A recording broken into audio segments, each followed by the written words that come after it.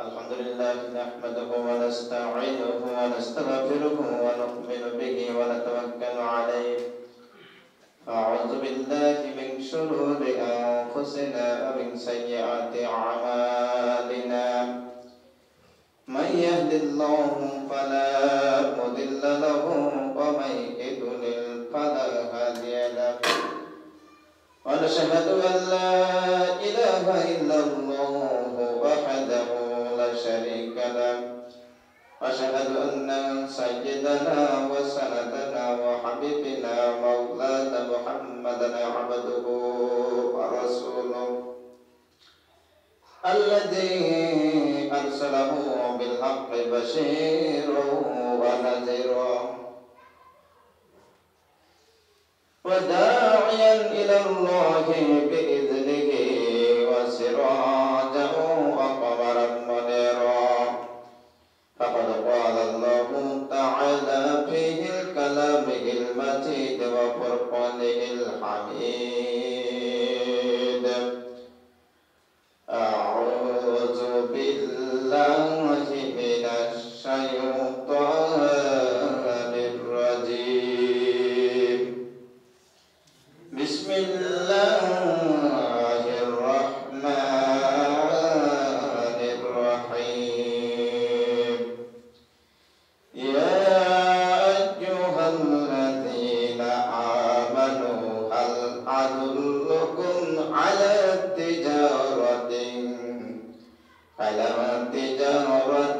تنجيكم من عذاب أليم تؤمنون بالله ورسوله وتجاهدون في سبيل الله بأموالكم وأنفسكم ذلكم خير لكم إن كنتم تعلمون.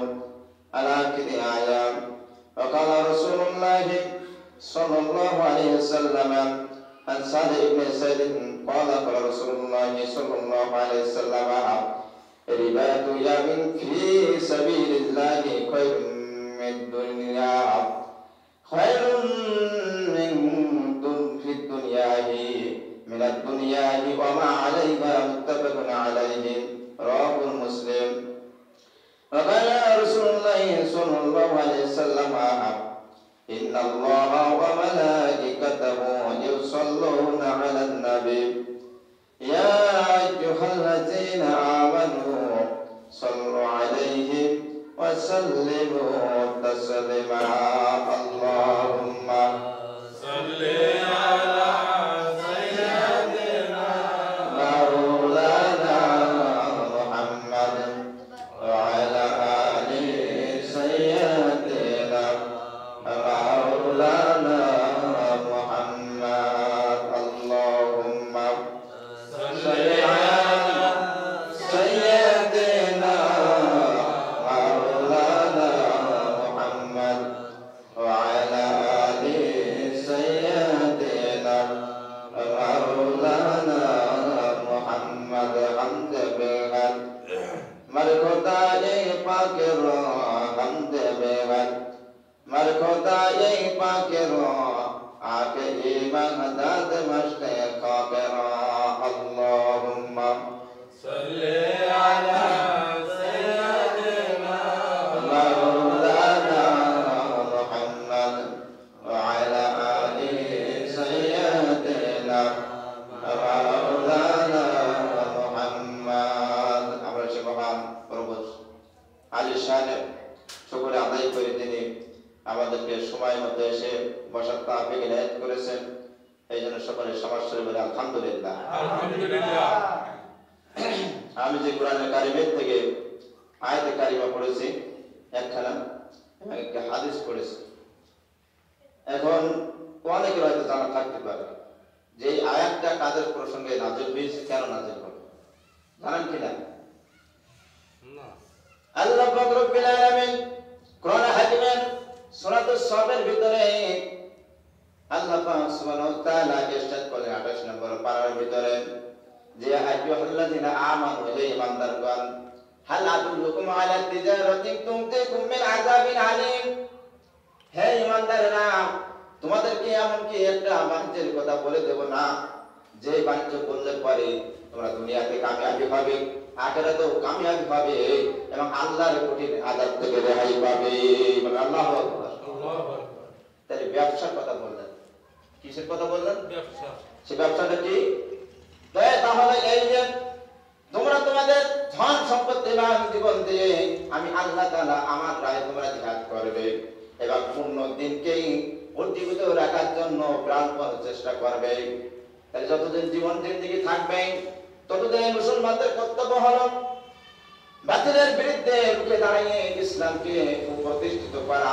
এটা যদি জান যায়, মাল যায়, সব কিছু যাইতে রাজি, কিন্তু ইসলামকে বিলীন হতে দিতে রাজি না। ঠিক না? এটাকে বলে মাধ্যমে মুজাহিদ। এই মুজাহিদের পথ আমাদেরকে অবলম্বন করা লাগবে।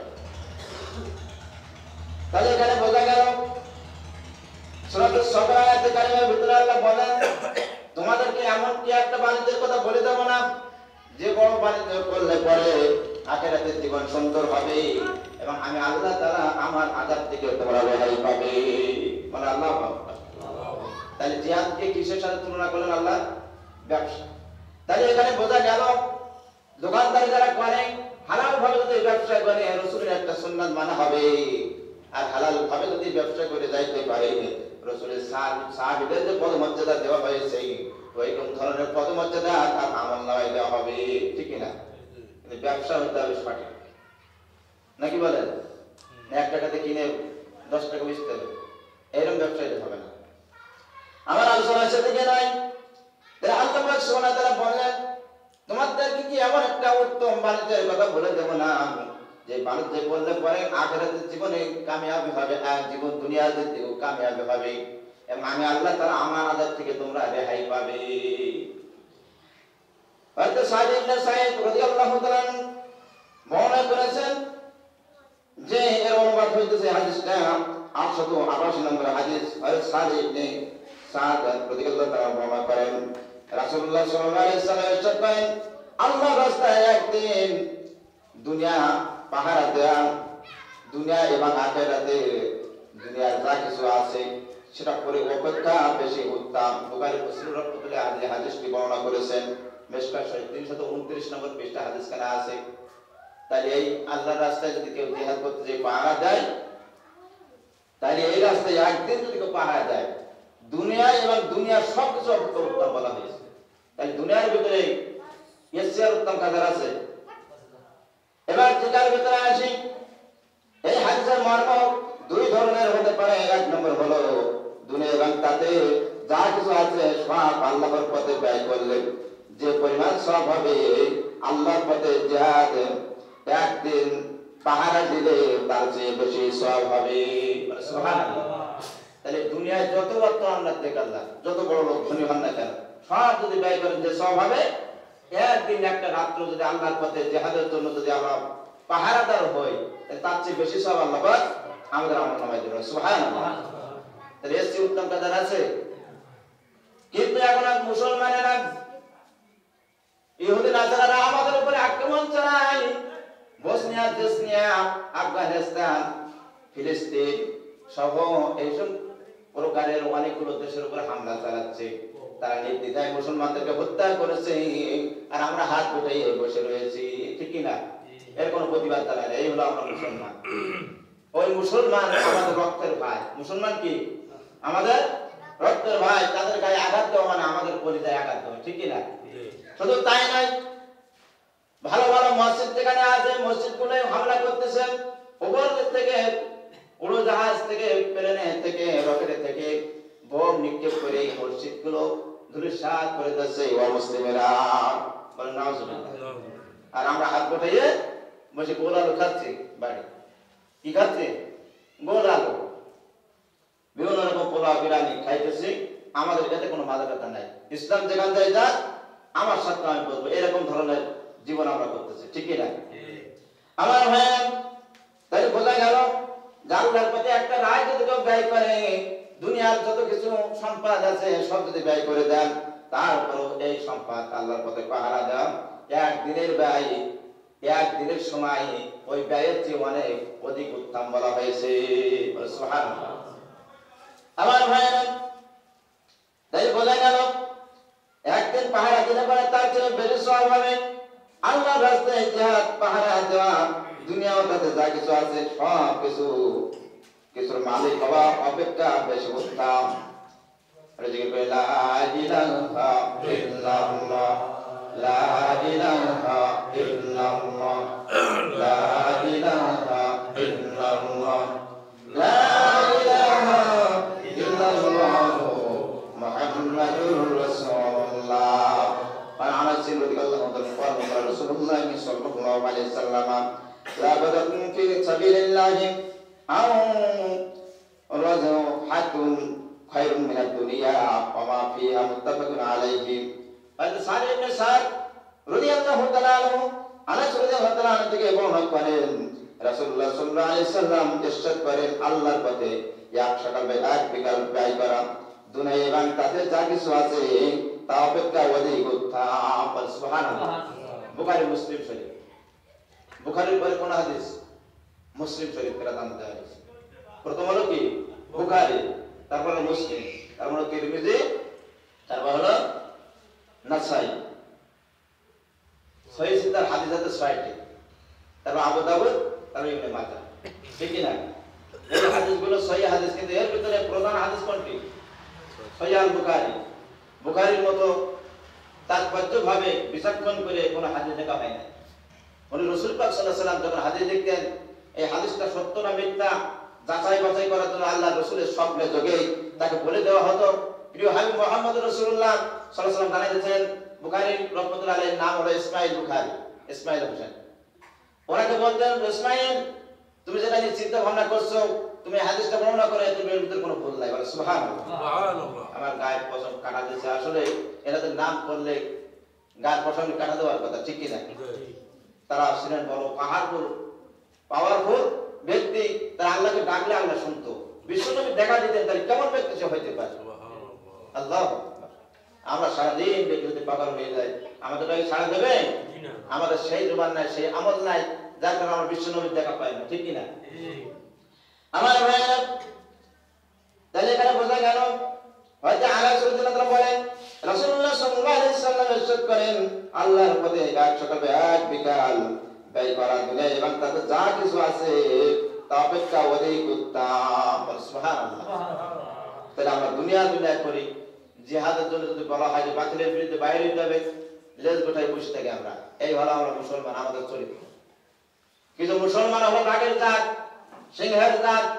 এরা পথ সামনে এগোতে পারে কিন্তু পিছাইতে পারে না, একেই বলে মুসলমান, ঠিক কি না? কিন্তু আমাদের রক্ত গরম নাই, এখন ঠান্ডা হয়ে গেছে, এখন বিড়ালের মতো হয়ে গেছে। বিড়াল দিলাম সাথে বোতল লাঠি মারে, তাও বিড়াল সরে না। আমরা আমাদের এত শাসক করছে, ইহুদি নাসারারা এত কিছু করে, তারপর আমরা উঠে দাঁড়াই না তাদের বিরুদ্ধে, ঠিক কি না? কারণ আমাদের মনোবল নাই, আমরা একতা নাই, আমাদের ভিতরে একতা ঐক্য নষ্ট হয়েছে, যার কারণে আমরা তাদের উপরে কোনো কথা বলতে পারি না, ঠিক কি না?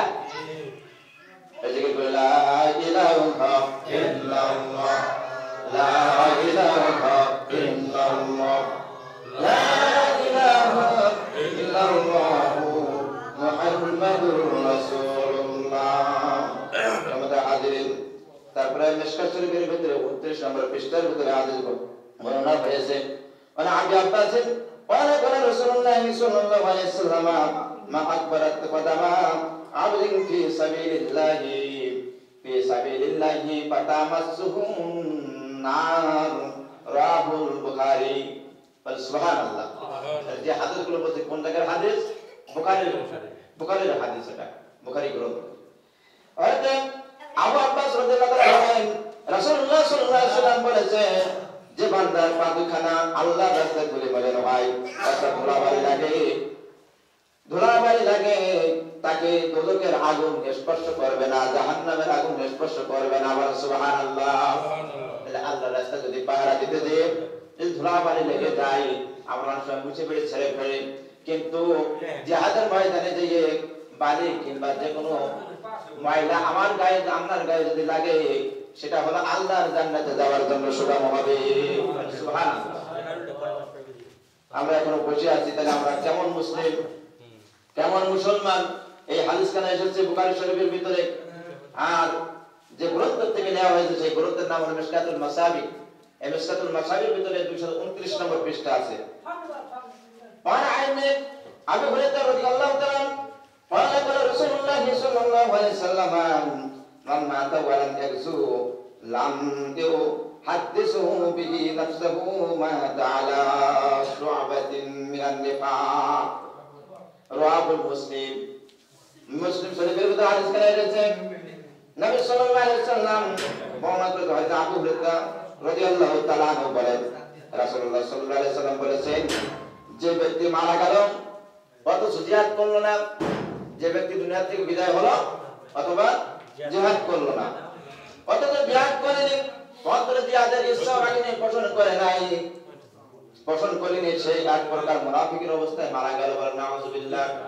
তাই বোঝা গেল যে মুসলিম হবে তার ভিতরে জিহাদের অনুপ্রেরণা থাকা লাগবে, ইচ্ছা থাকা লাগবে, যাইতে পারবে না পারবে, ক্ষমতা থাক আর না থাক, অন্তরের ভিতরে আকাঙ্ক্ষা থাকা লাগবে যে আমি আল্লাহর রাস্তায় জিহাদ করে আল্লাহর দ্বীনকে উজ্জীবিত করে এই দুনিয়া থেকে বিদায় হতে চাই, ঠিক কি না? আমার ভাইয়া, তাই বোঝা গেল এরা যদি মারা যায়, জিহাদের পছন্দ যদি তার ভিতরে না থাকে, মুনাফিকের অবস্থায় মারা যাবে। বলুন তো দেখি মুনাফিকের স্থান কোথায়? মুনাফিকের স্থান কোথায়? জাহান্নামের তলদেশে, সবচেয়ে খারাপ জায়গা।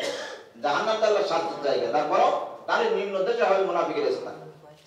আমার ভাইয়েরা, মিশকাত শরীফের মধ্যে 331 নম্বর পৃষ্ঠায় হাদিস কানা বর্ণনা করা হয়েছে, স্বাভাবিক অবস্থায় জিহাদ প্রত্যেকের উপর ফরজে কিফায়া, কিন্তু নাফিয়া তথা সাধারণ আহ্বান বা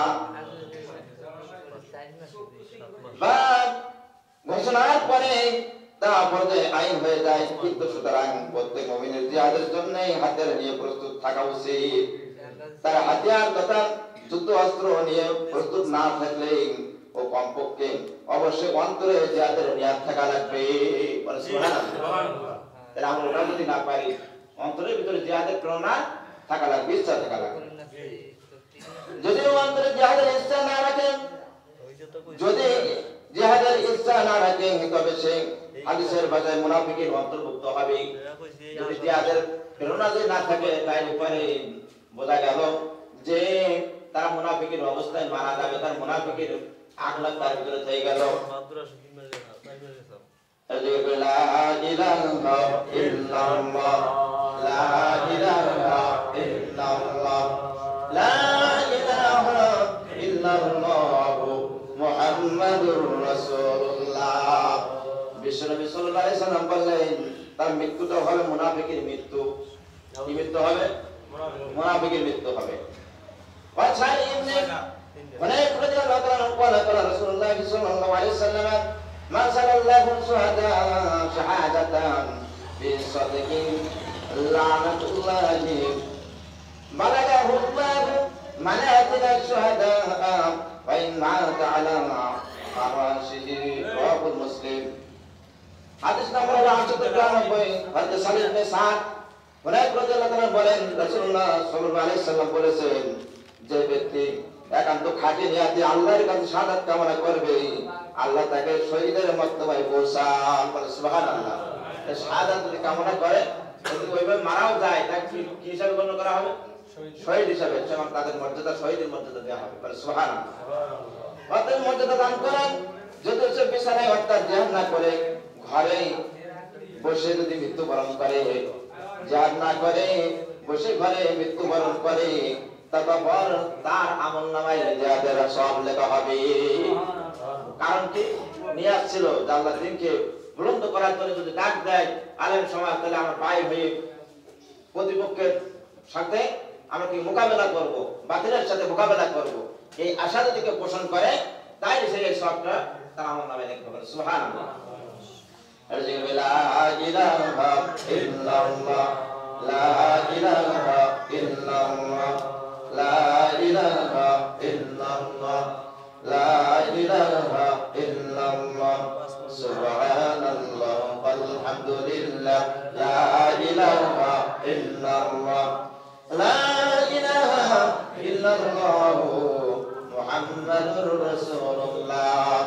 কিন্তু এখন আমরা মুসলমানরা হয়ে গেছি, যদি কেউ হাতে কিছু টাকা ধরে দেয়, তোর এই খায়রুল জামালের সাথে যাইতে হবে না, ওই সরাবালির সাথে যেতে হবে না, ওই ওরা তো গেলে মারা যাবে, তুইও মারা যাবে, তো বউ বাচ্চা খাবে কি, এই যদি বলে হাতে কিছু টাকা ধরে দেওয়া হয়, বাংলার জমিনে এমন নাস্তিক মার্কা মুসলমান এখনো আছে, তারা ওইখানে যাবে না, ঠিকই না? মালের পাগল সব। কিসের পাগল? মালের পাগল। কিন্তু যারা মুসলিম হয়, যারা মুজাহিদ হবে, তারা কখনো নিজের জমান ইমানকে টাকার বিনিময়ে বিক্রয় করবে না, জীবন দিয়ে দেবে, দ্বিধাবোধ করবে না, ইসলামের জন্য শহীদ হয়ে যাবে, বঞ্চিত বোধ করবে না, ঠিক না? জান চলে যাবে, কিন্তু এরা এরকম ধরনের বাহানায় প্রচলন নাই, তারা নিবেদিত হবে না, তারা নিজের জীবনকে বিলাই দেবে, কিন্তু বাতিলের কাছে মাথা নত করবে না। এই জন্য কবি বলেছেন, আমার একটা দোয়া কবুল করো ওগো দয়াময়, তোমার পথে চলতে গিয়ে মরণ যেন হয় আমার, তোমার পথে চলতে যাইয়ে মরণ যেন হয়, ঠিক কিনা? আল্লাহর পথে চলতে চলতে মরণ হয়, এটা আমরা চাই কিনা? চাই আমরা? আল্লাহর পথে চলতে, আল্লাহ দিনের জন্য যুদ্ধ করতে করতে আমাদের মৃত্যু হয়ে যায় কিনা, আমরা চাই কিনা? ভয় করেন নাকি? এখানে কি ইহুদি নাসারারা আছে যে আমরা এসে মারবে? কথাবার্তা বলেন, এত জায়গায় আমি মতি করলাম, মানে একটু সাইড দেয়, একটু কথা বলে, এরা ভম্বলা নাকপানা বসে থাকে, জমান করে না। আল্লাহ জমান দেয়, আর আলোচনার সময় সক্ষম করা যাবে, আলোচনা হয়ে যাবে, টাকা তোলার প্রয়োজন সেটা তুলবে, আলোচনার সময় কথা বলা নিষেধ, কোরআনের কথা। লা ইলাহা ইল্লাল্লাহ, লা ইলাহা ইল্লাল্লাহ, লা ইলাহা ইল্লাল্লাহ, মুহাম্মাদুর রাসূলুল্লাহ। وعن زيد بن ثابت رضي الله عنه أن رسول الله صلى الله عليه وسلم قال من جهد غازيا في سبيل الله فقد غزا ومن خلق غازيا في أهله فقد غزا متفق عليه। প্রিয় নবী সাল্লাল্লাহু আলাইহি ওয়াসাল্লাম হাদিস পাকের ভিতর বর্ণনা করেছেন, মিশকাতুল মাসাবির ভিতরে মুত্তাফাকুন আলাইহি শব্দের অর্থ হলো বুখারী এবং মুসলিম যে হাদিসখানা বর্ণনা করেছেন তাকে বলে মুত্তাফাকুন আলাইহি। বুখারী এবং মুসলিম শরীফের দেখো যে বর্ণনাকারী, সেই বর্ণনাকারী যে হাদিসটি বর্ণনা করেছে তাকে কি বলে? মুত্তাফাকুন আলাইহি, কারণ উভয় এই হাদিসটি বর্ণনা করেছেন। আমার রাসূল পাক সাল্লাল্লাহু আলাইহি ওয়াসাল্লাম এখানে ইরশাদ করেছেন 893 নম্বর হাদিস, এটি হযরত যায়েদ ইবনে খালিদ রাদিয়াল্লাহু তাআলা থেকে বর্ণিত। রাসূলুল্লাহ সাল্লাল্লাহু আলাইহি ওয়াসাল্লাম ইরশাদ করেন, যে ব্যক্তি আল্লাহর রাস্তায় কোন মুজাহিদদেরকে যুদ্ধের সরঞ্জাম সরবরাহ করে দেয়, যুদ্ধের জন্য প্রস্তুত করে দেয়, সেও জিহাদ করবে, সুবহানাল্লাহ। তাহলে জিহাদে যাওয়ার জন্য যে সরঞ্জাম লাগবে, ধরেন এখন বন্দুকের গন, এখন মিসাইলের গন, এখন তার তীর ধনুক নাই, তীর ধনুক আছে নাই, সেই সরঞ্জামগুলো সরবরাহ যদি করে দেয়, কেউ যদি বইয়ে দেয়, কিছু পথ নিয়ে যায়, তাহলে সে কি পাবে? জিহাদের যে মর্যাদা, সেই মর্যাদা তার আমল নামায় লেখা হয়েছে, সওয়াব তার আমল নামায় লেখা হয়েছে, সুবহানাল্লাহ। আর যে ব্যক্তি কোন মুজাহিদের প্রতিনিধি হিসেবে তার বাড়িঘর রক্ষণাবেক্ষণ করবে, প্রয়োজনের খোঁজ খবর নাই, সাহজন জিহাদ করবে, বলো সুবহানাল্লাহ। তার যে জিহাদে গেছে, তার বউ ছেলেমেয়ে খাচ্ছে কি না খাচ্ছে, তার ছেলে মেয়ে কেমন আছে, এই দেখার জন্য যে তদারকি করবে, এও জিহাদের সব হবে, বলো সুবহানাল্লাহ। লস আছে না? হ্যাঁ, আমি যাইতে পারছি না, কিন্তু তাকে একটু দেখাশোনা করলাম, নাকি বলেন? আমার ভাই, তাই বোঝা গেল এই হাদিস কোনো অনেক আলেমেরা বর্ণনা করে না, কারণ আমার ইমামতি থাকবে না, এখানে আওয়ামী লীগ আছে কিংবা বিএনপি আছে কিংবা অন্য অন্য জাতি আছে, হিন্দু জাতি বেশি আছে, যদি এই আলোচনা শুনলে পরে আমার দাঁত ছাড়াই যাবে বাড়ি, এই ভয়তে পড়ে তারা এই আলোচনাগুলো করে না, রেখে দেয়, ঠিক কিনা? কিন্তু আমার কোনো ভয় নাই, আমার জীবনে আমি কখনো ভয় করে কোনো সময় কথা বলি নাই। আমি 15 বছর ইমামতি করছি, কিন্তু আমার কোনো সময় ভয় কি জিনিস আমি পাই না, ইনশাআল্লাহ। যেখানেই করি, তাই যশোরের মানুষ বলছিল, বাপ রে বাপ, হুজুর তো সাহস খুব, হুজুর কারো ভয় করে না। তাই বলে আমি সাতক্ষীরার মানুষ, আমি কাউকে ভয় করি না, একমাত্র ভয় করার মালিক হলো আল্লাহ, আল্লাহকে ভয় পাই, আমি কোনো মানুষকে ভয় করি, ঠিক কিনা? আমার ভাই, তাই বোঝা গেল হয়তো আবু হুরায়রা রাদিয়াল্লাহু তাআলা থেকে নবী করিম সাল্লাল্লাহু আলাইহি ওয়াসাল্লাম ইরশাদ করে, ওই সত্তার শপথ, যার হাতে আমার প্রাণ, আমার জীবন, আমি অবশ্যই ভালোবাসি যে আমি আল্লাহর রাস্তায় শহীদ হই, সুবহানাল্লাহ। আমি আল্লাহর রাস্তায় শহীদ হই, তারপরে জীবিত হই, আবার শহীদ হই, আবার জীবিত হই, আবার শহীদ হই, আবার জীবিত হই, আবার শহীদ হই। সুবহানাল্লাহ। এই হাদিস কানা আলোচনা দিতে বলতে আল্লামা সাইদি রহমাতুল্লাহ আলাইহি ওনার আলোচনা শুনে দেখবেন হাদিস কানা শেষ বেলায় তিনি বলতেন, ঠিক কিনা? সহিহ হাদিস, বুখারী শরীফের হাদিস। কোন জায়গার হাদিস? বুখারী শরীফের হাদিস। বুখারী মুসলিম মিশকাতের পৃষ্ঠার নাম হলো আমরা 329 নম্বর পৃষ্ঠা। এই হাদিস কানা পাবেন মিশকাতুল মাসাবির ভিতরে। আর যেগুলো লা ইলাহা ইল্লাল্লাহ, লা ইলাহা ইল্লাল্লাহ, লা ইলাহা ইল্লাল্লাহ, লা ইলাহা ইল্লাল্লাহ মুহাম্মাদুর রাসূলুল্লাহ। সমাজে হাজিরিন, আল্লাহর নবী বিশ্ব নবী মুহাম্মদুর রাসূলুল্লাহ সাল্লাল্লাহু আলাইহি সাল্লাম আরো হাদিস বর্ণনা করেছেন। আন আবি মুসা আশআরী রাদিয়াল্লাহু তাআলা قال سئل النبي صلى الله عليه وسلم ذل يقاتل شجاعة ويقاتل حمية ويقاتل زياء رجاء فقال رسول الله صلى الله عليه وسلم من قال تلك لتكون كلمة الله هي العليا فهو في سبيل الله। ইবনে মাজাহ শরীফের ভিতরে হাদিস কানা বর্ণনা করা হয়েছে 895 নম্বর হাদিস কানা। এই হাদিস কানা মিশকাতুল মাসাবির ভিতরে এসেছে। হযরত আবু মুসা আশআরী রাদিয়াল্লাহু তাআলা বর্ণনা করেন রাসূলুল্লাহ সাল্লাল্লাহু আলাইহি সাল্লামকে একদা ওই ব্যক্তি সম্পর্কে জিজ্ঞেস করা হলো যে বীরত্ব প্রকাশের জন্য উদ্দেশ্যে যুদ্ধ করে, আত্মমর্যাদা বোধ এবং মানুষকে দেখানোর জন্য যুদ্ধ করে, সে কি শহীদ হবে? তাই রাসূলকে জিজ্ঞেস করলো যে আমি মরে গেলে মানুষ আমার বীর বলবে, আমাকে মুজাহিদ বলবে, আমাকে শহীদ বলবে, এইভাবে আমাকে ভূষিত করা হবে। এইরকম নিয়ত যদি কেউ জিহাদে অংশগ্রহণ করে, যদিও জিহাদ করতে করতে মারা যাবে, কিন্তু এই নিয়ত গড়বড়ের কারণে জিহাদের মর্যাদা পাবে না। বলে নাউজুবিল্লাহ। তাহলে বোঝা গেল অন্তরের কাজ সবকিছু। আল্লাহ কাউ চেহারা দেখে বিচার করবে না, তোমার অন্তর কি ছিল এটাই দেখে বিচার হবে, ফয়সালা হবে। তখন রাসূলুল্লাহ সাল্লাল্লাহু আলাইহি সাল্লাম বলেন যে ব্যক্তি আল্লাহর কালিমাকে দিনকে বুলন্দ বা বিজয় করার জন্য লড়াই করে, সেই কেবল আল্লাহর পথে জিহাদ করে। সুবহানাল্লাহ। অর্থাৎ তার জিহাদে হলো আল্লাহর রাস্তায় জিহাদ হিসেবে বিবেচিত হবে। ইবনে মাজাহ শরীফ 2205 নম্বর পৃষ্ঠায় হাদিস কানা আছে। 205 নম্বর পৃষ্ঠায় মিশকাতুল মাসাবির ভিতরে আছে, 2 নম্বর খণ্ডে।